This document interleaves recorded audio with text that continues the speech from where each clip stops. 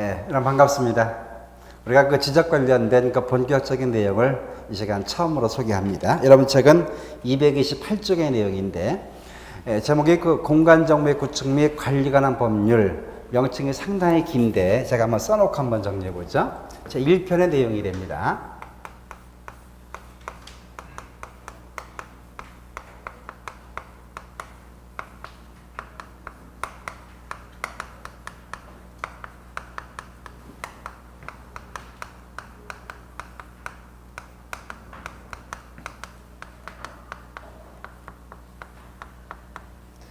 법률 명칭 말하다가 숨이 막힐지도 몰라요. 그렇죠? 과거에는 간단하게 지적법이라고 이런 표현도 했었어요. 이랬는데 여기에 이제 많은 법이 플러스 추가되면서 명칭을 달라지게 됐습니다. 그래서 뭐 수로 관련 내용, 기타 등등이 포함되면서 이런 공간정보법 바뀌어지게 됐는데 이를 줄여서 그냥 공간정보법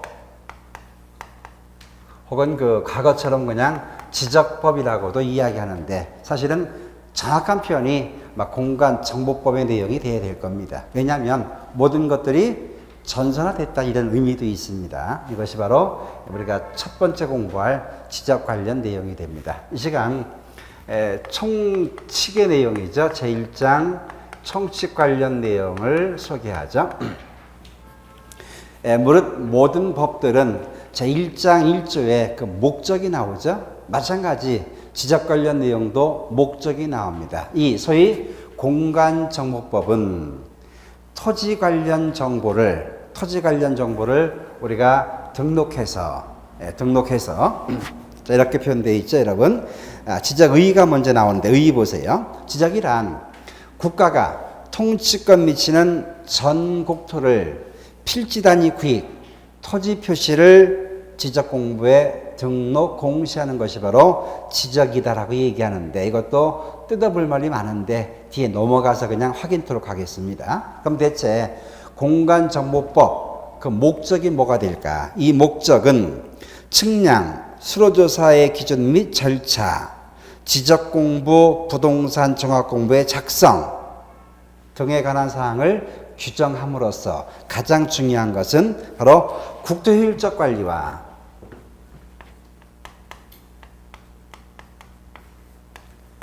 국토의 효율적 관리입니다. 효율적 관리와 그 다음에 국민의 소유권을 보호한다고 그래요. 국민의 소유권을 보호하는 건 해상교통 나오는데 그냥 제가 뺐습니다.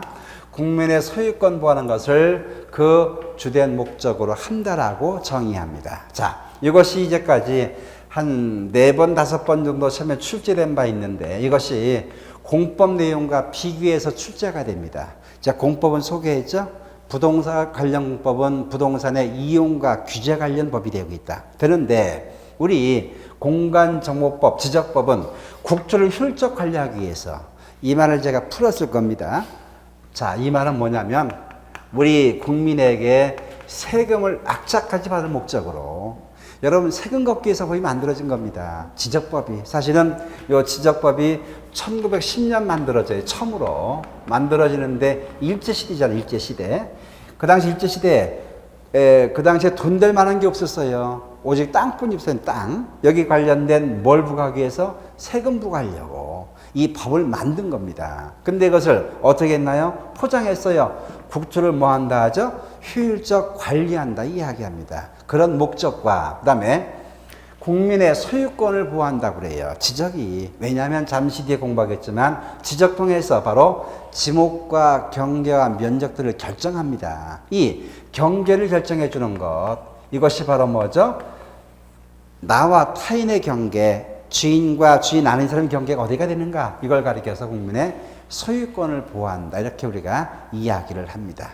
자, 가장 중요한 목적은 바로 효율적 관리와 국민의 소유권 보호. 효율적 관리란 세금 부과 증서를 의미한다는 걸 여러분 기억해 주길 바랍니다. 따라서 아까 소개했던 세금을 부과하는 중요한 내용이기 때문에 누구나 이해할 수 있는 타당한 방법으로 토지가 등록이 되어야 됩니다. 그 방식이 바로 지적 측량 같은 방식이 되고 있습니다.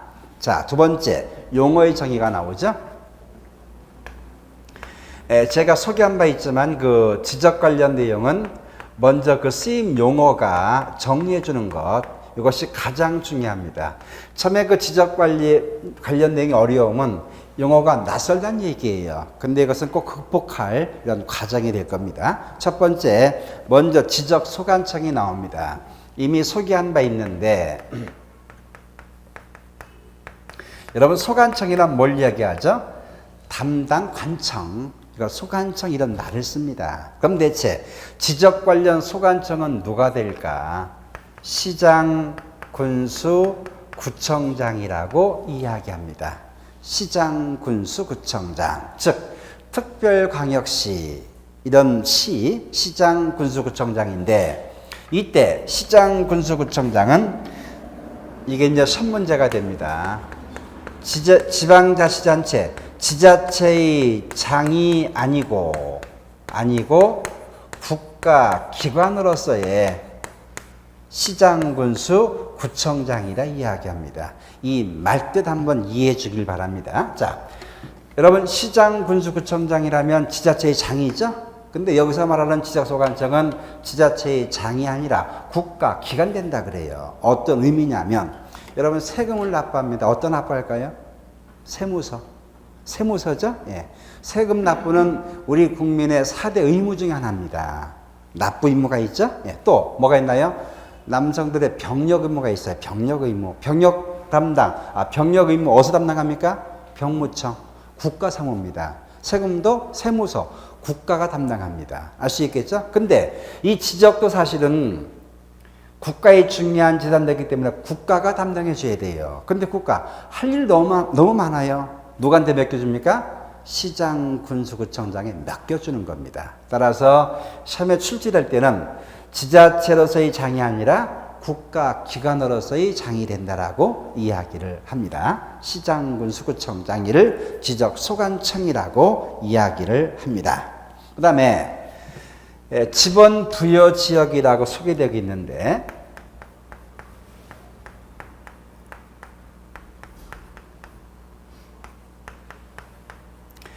자, 우리가 그 지적은 토지의 중요한 표시, 소재와 지번과 지목과 경계와 좌표와 면적을 공부에 등록하는 게 바로 지적의 주된 내용이 됩니다. 이 중에서 지번을 부여한다 이야기하는데, 지번이란 여러분 땅에 붙이는 번호를 지번이라고 해요. 지번. 땅에 붙이는 번호죠, 번호.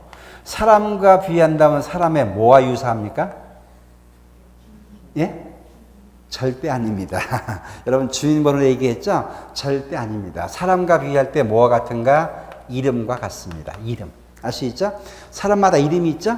근데 땅에도 이름 붙여줍니다. 그게 뭔가요? 지번이 됩니다. 지번. 지번은 아시는 것처럼 아라비아 숫자로 127번 혹은 127의 2번 이런 식으로 지번을 쓰는데, 이걸 가리켜 우리가 본번만 썼다 해서 단식지번이라고 그러고, 단식지번, 그리고 본번이라 얘기하고 부번이라 이야기합니다. 이걸 뭐라 합니까? 복식의 지번이라고 이야기합니다. 이처럼 다시 소개합니다. 지번은 아라비아 숫자로 씁니다. 아시겠죠? 127, 127의 2 해서 아라비아 숫자 쓰는데, 본번이라 얘기하고 부번이라 이야기합니다. 본번만 쓰는 것을 단식지번, 함께 쓰는 것을 복식지번이라고 이야기합니다. 특히 복식지번 쓸 때 이 짝대기를 뭐라 읽었나요, 여러분? 절대 다시라 읽지 마세요. 의라고 읽어줍니다. 127에 의라고 읽어줘서 의라고 읽어주게 되어 있죠. 이것이 바로 지번에 관련 내용인데, 지번 부여지역이란 지번을 붙이는 단위를 얘기해. 단위. 어떤 단위일까? 리동과 이에 준하는 지역, 리동 단위가 되는 리동 단위. 여러분 읍면 단위가 아니라 어떤 단위? 리동 단위가 됩니다. 리마다 동마다. 우리가 그 동지역, 읍면은 리가 되겠죠. 동지역마다, 읍면마다 리동 단위로 우리가 지번을 부여해 줍니다. 읍면이 아니다. 이것만 이 시간 특별히 기억해 두면 됩니다. 세 번째, 자, 지적이란 토지의 중요한 표시를 지적 공부에 등록하는 절차를 정한 것을 우리가 지적이라 이야기합니다. 그럼 대체 지적 공부라고 나오는데 지적 공부 종류가 7가지가 있어요. 이미 제가 4가지 소개했죠. 토지 대장이 있고 그 뒤에 뭐가 나오나요? 지적도가 나왔었어요. 그리고 임야 대장이 있습니다. 그럼 뭐가 나오죠? 임야도가 나옵니다. 그런데 이런 토지도 있네요. 한 필의 토지인데 여러 사람이 함께 소유하고 있어요. 이런 토지만 별도 묻고 정리한 게 있는데 이를 공유지 연명부라 그래요. 공유지 연명부. 이것도 지적 공부 중에 한 내용입니다. 아마 이 시간 처음 듣는 분도 있겠다 보여져요. 공유지 연명부. 아시죠? 근데 우리가 그 주택 관련, 지적은 토지 관련 내용만 보는 겁니다. 근데 주택을 잠깐 눈여겨봅시다. 여러분 혹시 소원이 있나요? 아파트입니까? 단독입니까? 전원주택입니까? 어떤 건가요?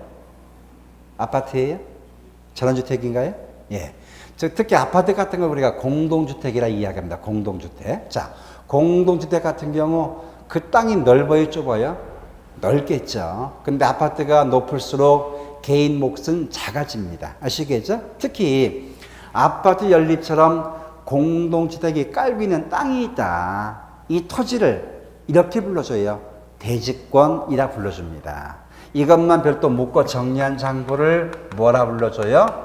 대지권 등록부라는 장부가 있어요. 자, 이 말들이 어렵잖아요. 그렇죠? 다시 한번 소개한다면 아파트 연립 같은 공동주택이 깔고 있는 땅, 이것만 따로 정리한 장부를 뭐랍니까? 대지권 등록부. 대개는 이것이 토지대장이겠죠? 아파트가 올라가 있으니까. 그런데도 별도 묻고 정리한 걸 대지권 등록부라 이야기합니다.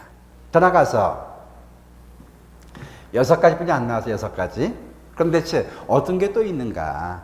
오늘날 이웃과 이웃과의 경계를 정할 때 경계는 지적 임야도의 선으로서 표시가 돼요. 근데 그 선이 굵어요. 그럼 뭡니까? 0.1mm가 몇 미터 되는 경우 있겠죠? 따라 좀 더 정확하게 경계를 정할 필요가 있었다. 이게 나온 것이 바로 경계를 좌표로 정리합니다. 경계점 좌표 등록부라 불러요. 좌표 등록부 해서 종류가 모두 몇 가지? 7가지가 있습니다. 이 중에서 토지대장, 임야대장, 공유전명부, 대지권 등록부를 대장이라 부르고, 대장. 대장은 별이 몇 개인가요? 예? 5개는 원수가 5개고. 몇 개입니까? 4개입니다. 4개. 대장이 4가지입니다. 아시죠? 원수가 5개고, 그 다음에 지적도 임야도 도면입니다. 도면. 그리고 경계점 좌표 등록부도 대장 모습 갖춘 도면이라 불러요. 도면. 그럼 정리한다면 대장은 몇 가지? 4가지. 도면은 3가지가 됩니다. 이건 앞으로 자주 나오기 때문에 일부러 애울라 하지 않아도 알게 돼 있습니다. 이번 28회 시험에서는 이게 나왔었어요. 경계점 좌표 등록부 관련된 시험 문제가 출제가 됐습니다. 특히 여러분 그 지적 관련 내용은 모든 게 시험 문제가 됩니다. 모든 것들이 우리가 낯설기 때문에 그렇습니다. 그 다음에 부동산 종합 공부.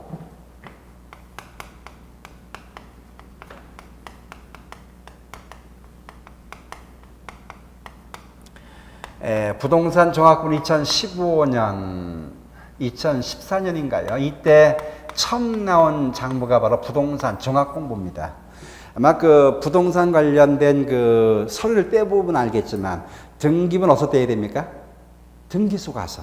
그렇죠? 토지대장은 구청 가서 또 읍면사무소 가가지고 하니까 부동산 장부가 여기저기 떨어져 있어요. 여기저기. 이래서 안 되겠다. 그야말로 원톱 시스템으로 모든 걸 한눈에 볼 수 있는 장부를 만들어보자. 나온 것이 바로 뭐죠? 부동산 종합공부입니다. 부동산 종합공부. 이것이 2014년 처음 도입되면서 관련된 시험이 이미 3번이나 출제가 됐었어요. 어떤 내용인가 보세요, 여러분. 부동산 종합공부란 토지 표시와 소유자 관련 사항, 다른 말로 말한다면 토지대장, 임야대장을 이야기합니다. 그 다음에 건축물 표시와 소유자 관련 사항, 이건 건축물 대장을 뜻하는 겁니다. 그 다음에 토지이용 및 규제 관련 사항, 도시계획 이용원이 있죠, 확인원이 있죠, 이런 걸 얘기해 주는 겁니다.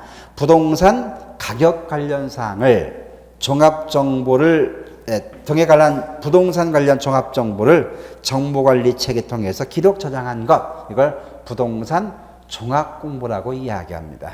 이것이 처음 만들어지면서 이미 시험에 3번이나 출제가 됐던 바가 있었어요. 그리고 여러분도 세련되게 뭐 구청 가서 또는 읍면 사무소 가서 토지대장을 떼려 하지 말고 상생을 보시다 뭘 뗍니까? 부동산 종합 공부. 뭐만 알려주면 돼요? 지번만 알려주면 됩니다. 지번. 그럼 관련된 모든 서류가 여기에 모두 혼합되어 있습니다. 근데 이것이 벌써 시행된 지 3, 4년 되고 있지만 이걸 모르는 공무원도 많이 있어요. 대체 이게 뭡니까? 근데 우리는 아니까 이런 모든 걸 함께 묶어 정리한 걸 부동산 종합 공부라 이야기한다. 그 다음에 경계점.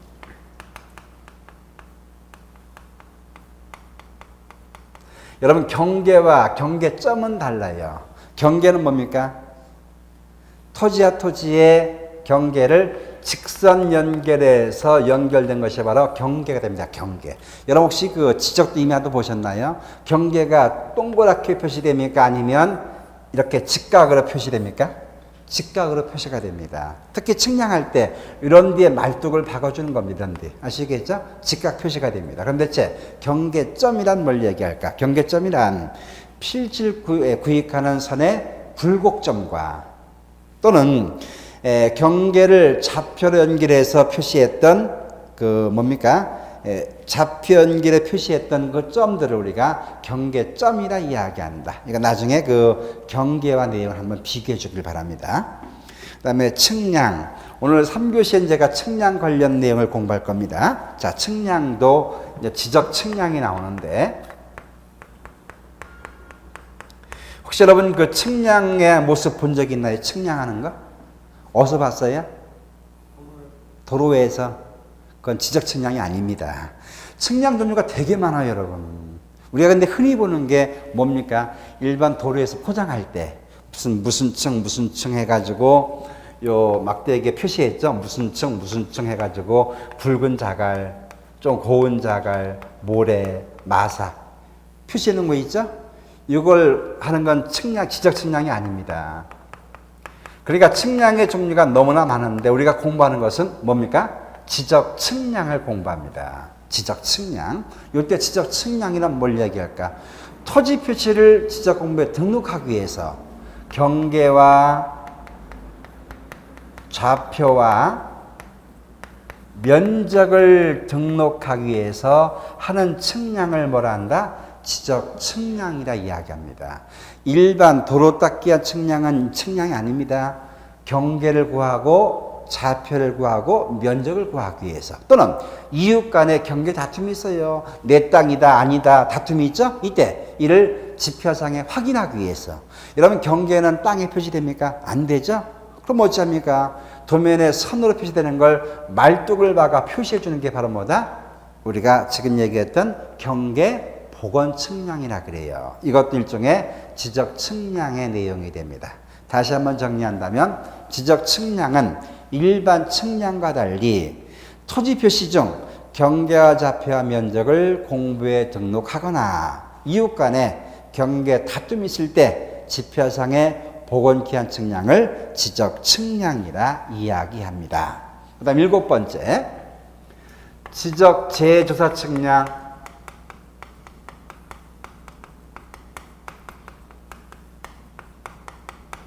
자, 지적 재조사 측량이라 있는데 보니까 글자 그대로 표현하면 지적을 다시 조사한다는 이야기죠. 예, 어떤 의미인가 잠깐 소개해 봅니다.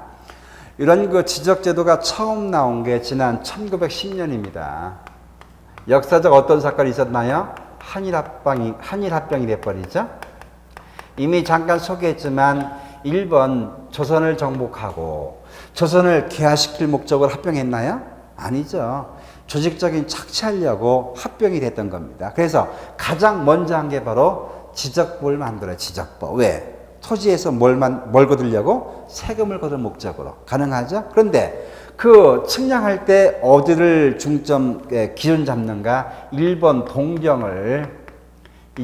동경을 중심 잡아서 기준점을 설치합니다. 이걸 통해서 지적 측량이 되어지게 된 겁니다. 근데 오늘날 얼마나 통신위성이 발달했어요. 옛날 측량했던 것이 다 밀립니다. 동쪽으로 다 밀리기 위해서 이게 밀려요. 심지어는 실제 내 땅이 있는데 도면상 안 나타납니다. 밀려가지고. 이런 일이 발생했었네요. 그래서 해방된 이후에 야, 지적 관련된 측량을 다시 하자. 기존점 1번 잡으니까 이거 안 되겠다. 논의가 많이 있었어요. 근데 국회에서 번번이 부결됩니다. 이유가 뭡니까? 그 비용 때문에, 그럼 돈 때문에 이것이 번번이 부결돼 버려요. 그러다가 지난 2010년 정도에 법으로서 제정합니다. 도저히 묵과 간과할 수 없다.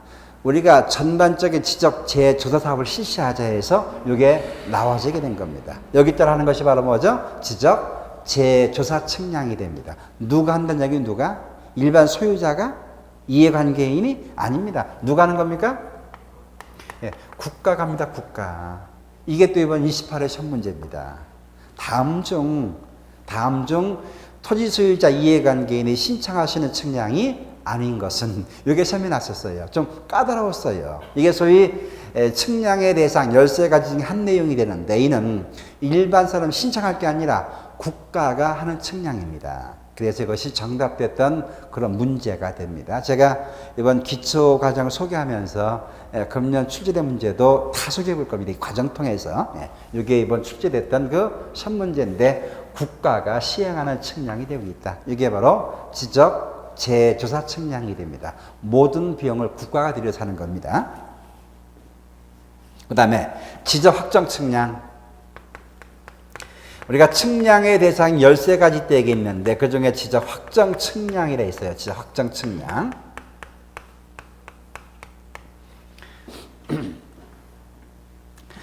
우리 도시 같은 경우는 그 계획된 도시는 도시의 도로, 기관 설비 등이 잘 정리가 되어 있죠. 근데 어중간한 도시는 구시가지, 신시가지가 영 다릅니다. 과거에 필지별이 불규칙합니다. 별이 불규칙한 토지가 있어요. 이걸 도시계획법 따라 정비하려 합니다. 어떤 모양으로?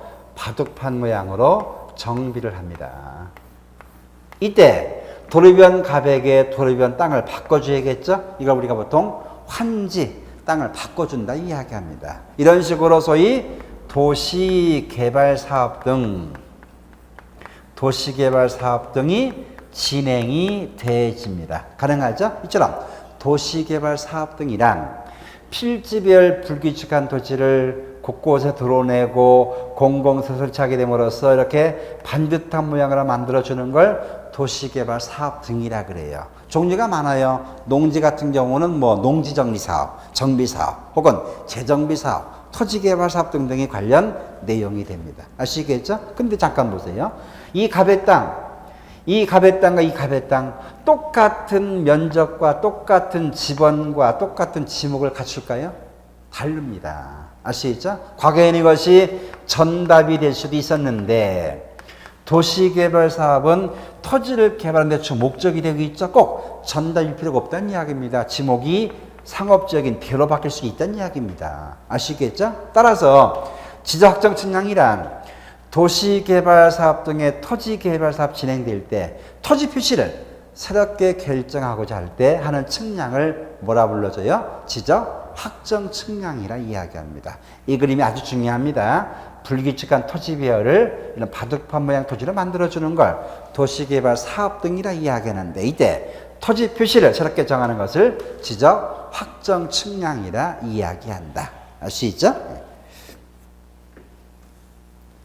그 다음에 9번째 토지 표시가 나오는데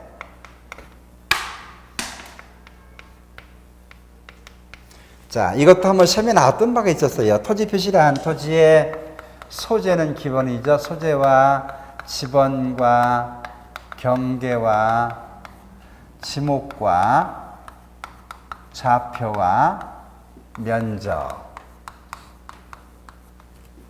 과거에 아주 쉬운 시험 문제 다음 중 토지 표시는 이걸 얘기하는 겁니다. 소재와 지번과 지목과 경계와 좌표와 면적. 그렇죠? 근데 이것도 시험 문제에 났었어요. 다음 중 토지 표시는 또는 토지 표시가 아닌 것은 왜? 우리가 지금 배울 때 배운 게 별로 없으니까 알죠? 근데 조금 많이 배우면 혼동이 됩니다. 이래서 이것도 첫 문제가 되곤 했었어요. 자, 어딜 가나 토지 표시의 소재는 기본이고 지번과 경계와 지목과 좌표와 면적 줄였으니까 뭐가 됩니까? 번개목 표적이 됩니다.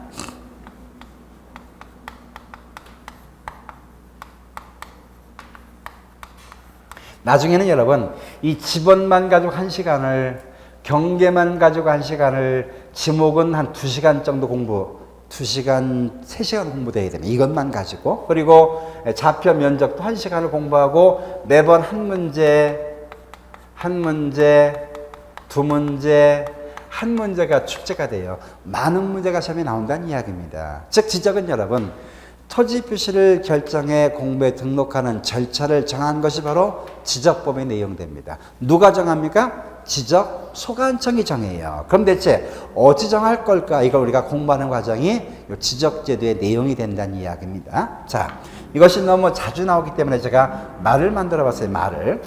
여러분 도장이 있나요? 도장? 있죠? 어떤 재료 도장이 좋다고 그래요?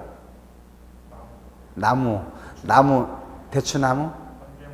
예, 번개 맞은 대추나무. 맞아, 그걸 좋다 얘기합니다. 그건 약간 부르축축한 나무인데, 일반 나무는 약합니다. 도장을 많이 찍게 되면 못을 달아버리죠? 근데 대추나무는 야물고 단단합니다.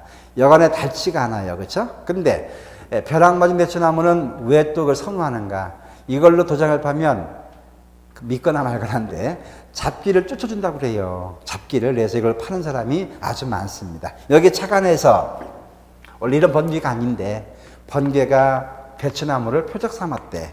그래서 그냥 제가 번개목 표적이라고 줄여서도 얘기할 겁니다. 번개목 표적 끝글자만 다 써요. 지번과 경계와 지목과 좌표와 면적 번개목 표적이라고도 이야기를 합니다. 나중에 좀 더 상세하게 내용이 소개됩니다. 먼저 지번은 나오죠. 소재는 기본적으로 지번 부여 지역의 단위 지역으로서 리동가에 준하는 지역 이미 소개했죠. 이걸 지번 부여 지역이라 얘기했네요. 그다음에 지번은 아라비아 숫자로 붙이는 번호를 이야기한다. 지목은 우리 지목은 여러분 용도 지목이라 이야기하는데 이런 지목은 누가 붙여줍니까? 만약에 땅 주인에게 지목 붙이란다면 우리 지목은 뭐가 돼 있을까요? 모두가 다? 산도 대가 되고 강도 대가 되고 국어도 대가 되고 왜? 대가 비싸잖아요. 아시죠? 따라서 이런 형평성, 공평성을 위해서 이 모든 건 국가가 정합니다. 지번과 지목과 경계 면적은 국가만이 정할 수 있는 겁니다. 만일에 개인 소유자에게 정한다면 이건 엉망진창돼 버리겠죠. 그래서 국가만이 정하게 돼 있는데 현재 지목은 여러분 모두 총 28개 지목이 있어요. 28개의 지목이 있네요. 이건 나중에 뭐 전답, 대, 임야, 뭐 공장용지, 광천지 등등을 공부합니다. 해마다 2문제 정도가 출제가 돼요. 28회 얘는 아니었죠. 우리 지목 중 비행장 용지가 있나요? 이런 거 없어요. 아시죠? 28개 내용 중. 그럼 몽땅 다 외워야 됩니까? 저절로 알게 됩니다. 저절로. 우리가 지금 비행장 용지 이건 없어요. 그리고 뭐 예비군 훈련장 이런 지목도 없어요. 군사용지 것도 없어요. 대체 28개 뭐가 있는가? 이건 뒤에 차츰차츰 공부할 겁니다. 국가가 정했고 법으로 정해져 있습니다. 이게 28개의 지목이 됩니다. 그 다음에 면적이란 공부에 등록한 필지의 수평 면적을 이야기합니다. 자, 면적은 무슨 면적이라고 그래요? 수평 면적. 여러분 지적은 토지만 대상하고 있죠. 근데 토지를 보세요. 모든 토지가 이렇게 평평합니까? 아니죠. 약간의 군웅진 곳도 있고 또 산같이 경사가 급한 것도 있고 또 야드막한 토지도 존재할 수 있을 겁니다. 자, 1번, 2번, 3번 토지가 있다면 어떤 토지 면적이 제일 넓을까요, 여러분? 예? 1번. 두 번째 넓은 건 3번. 제일 좁은 건 2번이겠죠. 그렇죠? 자, 그런데 우리 토지 면적은 어떤 면적이라고 그래요? 2번 면적이라고 그래요. 이 말에 의미가 있네요.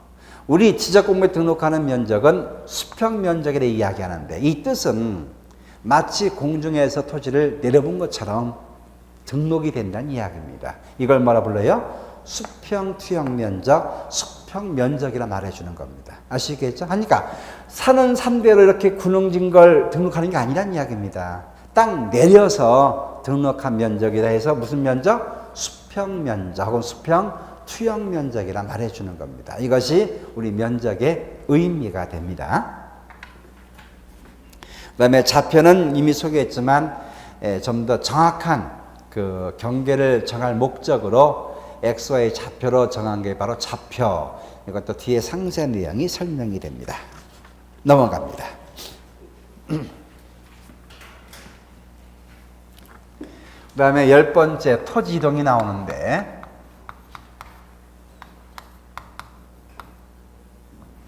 우리가 보통 이동이란 뭘 이동이라 얘기합니까? 이동? 보통 이런 한문을 쓰고 있어요. 옮길 자, 움직일 동자.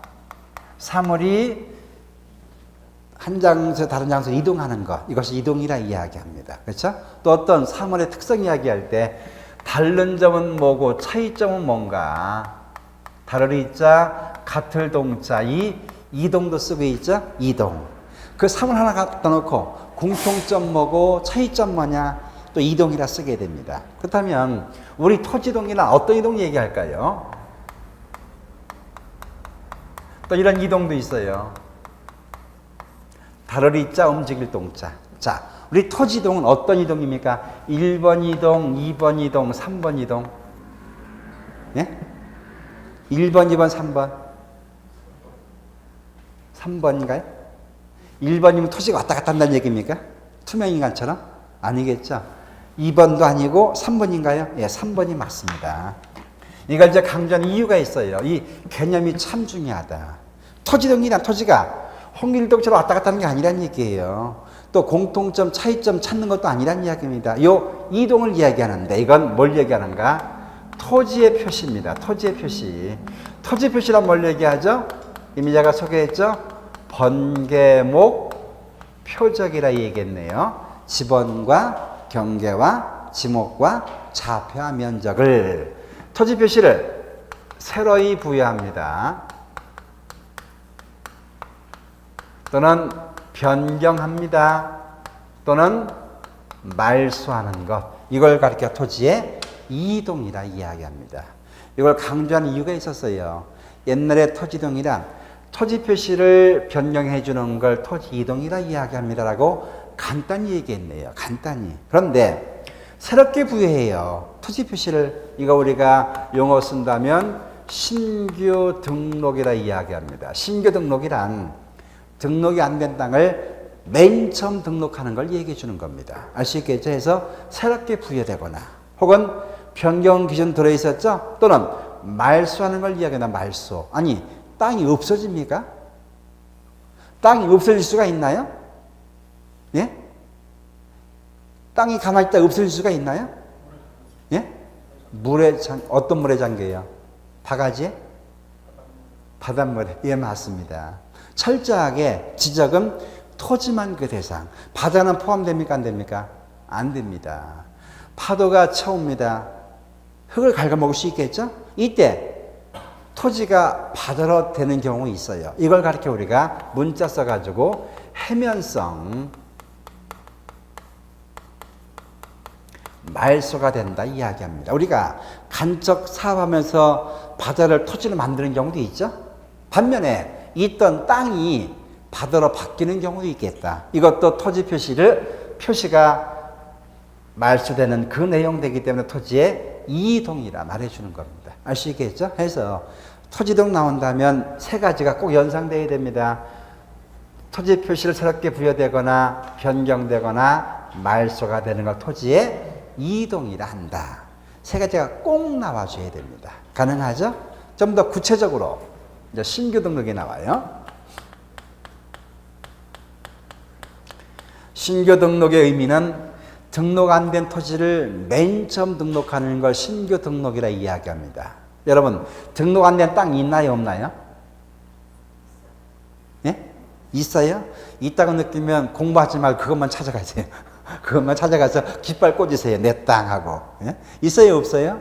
없다고 보여져요. 그렇죠? 거의 없습니다. 근데 있다면 점점 예 들었었죠? 바다를 메꾸는 겁니다. 간척사업 하는 겁니다. 근데 사실 간척사업은 환경에 상당히 안전 영향이 미친다고 그래요. 과거에는 우리가 땅이 좁아서 어떻게 하면 땅을 늘릴까 생각한 게 간척사업입니다. 근데 지금은 절대 안 합니다. 간척사업은. 왜냐하면 메꾸는 것보다 훨씬 더 불이익을 많이 보는 것이 바로 간척사업이라 얘기합니다. 환경이 침해된다고 그래요. 바다에 고기가 살지 않습니다. 심각한 문제 나오기 때문에 그렇습니다. 아무튼 등록 안 된 간척사업 통해서 토지를 만들었을 때 이를 등록하거나 혹시 서해상에는 수많은 섬이 있어요. 등록이 안 된 섬이 있다면 새롭게 등록하는 것. 이걸 말합니까? 신규 등록이라 이야기합니다. 자, 두 번째, 등록 전환. 자, 등록 전환은 글자 그대로죠. 등록을 바꿔주는 겁니다. 자, 우리 국토의 70%가 뭔가요? 예, 산. 이걸 임야라고 얘기합니다. 임야. 70, 80 임야입니다. 앞으로 토지를 개발한다면 뭘 개발할까요, 여러분? 임야입니다, 임야. 요즘에 도로 좀 보세요. 여러분 그 서울 양양간 고속도로 타보셨나요? 70%가 뭔가요? 굴입니다, 굴. 도로 전망이 영 안 좋아요. 전혀 좋지 않습니다. 다 굴입니다, 굴. 앞으로 점점 그렇습니다. 도로 같은 게. 왜? 일반 개인 땅을 수용하려면 많은 비용 들어가죠? 근데 우리 사는 대부분이 다행히도 국유림이 많아요, 국유림이. 하니까 비용이 들어가는 산에 터널 내에서 다니는 경우가 많다는 이야기죠. 자, 등록 전환이란 전국토의 70, 80 차지하는 임야대장이나 임야도를 토지대장이나 지적도로 등록을 바꿔주는 것. 이걸 뭐랍니까? 등록 전환이라 이야기합니다. 여러분, 이것이 거꾸로 가면 될까 안 될까요? 토지대장, 지적도를 임야대장, 임야도를 만들어요. 이런 일 합니까, 안 합니까? 이런 건 절대 안 합니다. 이 말 뜻은 평평한 운동장에 모래 3,000차, 자갈 3,000 싸가지고 산 같은 거 만들어야 안 만들어요? 이건 안 만드는 겁니다. 근데 이게 시험에 자주 나와요. 용어 정의로서. 알 수 있죠? 아니까 암기할 게 아니라 우리 국토의 7, 80%가 임야야. 이걸 개간해서 토지대장 용도로 만들어주는 게 바로 등록 전환된다. 이런 뜻으로 이해가 되면 됩니다. 그 다음에 세 번째, 토지의 분할. 분할이란 한 필지를 몇 개 이상으로 두 필지 이상으로 만들어주는 거. 이걸 토지의 분할이라 이야기합니다. 문제 없죠? 예. 그 다음에 토지합병. 토지합병이란 두 필지 이상의 토지를 뭘로? 한 필지로 바꿔주는 걸 토지의 합병이라 이야기합니다. 그런데 중요한 문제가 나와요. 여러분, 분할할 때 측량합니까, 안 합니까? 해야 하네요? 예. 합병할 때 측량합니까, 안 합니까? 해야 하네요? 이게 첫 문제가 되고 있어요. 분할은 꼭 측량이 돼야 됩니다. 그렇죠? 그리고 분할 전원 면적의 차이가 나면 안 되죠? 측량을 해야 됩니다. 자, 합병 그럼 측량해야 하네요? 안 합니다. 이게 매년 시험에 나와요, 매년. 어떤 의미가 제가 보죠.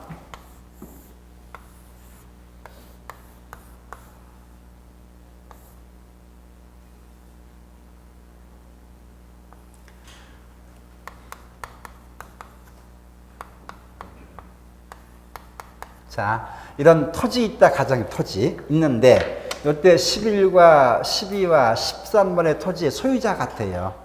지목도 같아요. 이런 거 합병할 수 있나요? 합병할 수 있나요? 합병이 가능합니다. 합병이나 이처럼 두 필지상을 하나 합치는 걸 합병이라 불러주는 겁니다. 아시겠죠? 합병할 때 이것이 새로운 경계가 됩니다. 새로운 경계가 됩니다. 기존 경계 지워져요.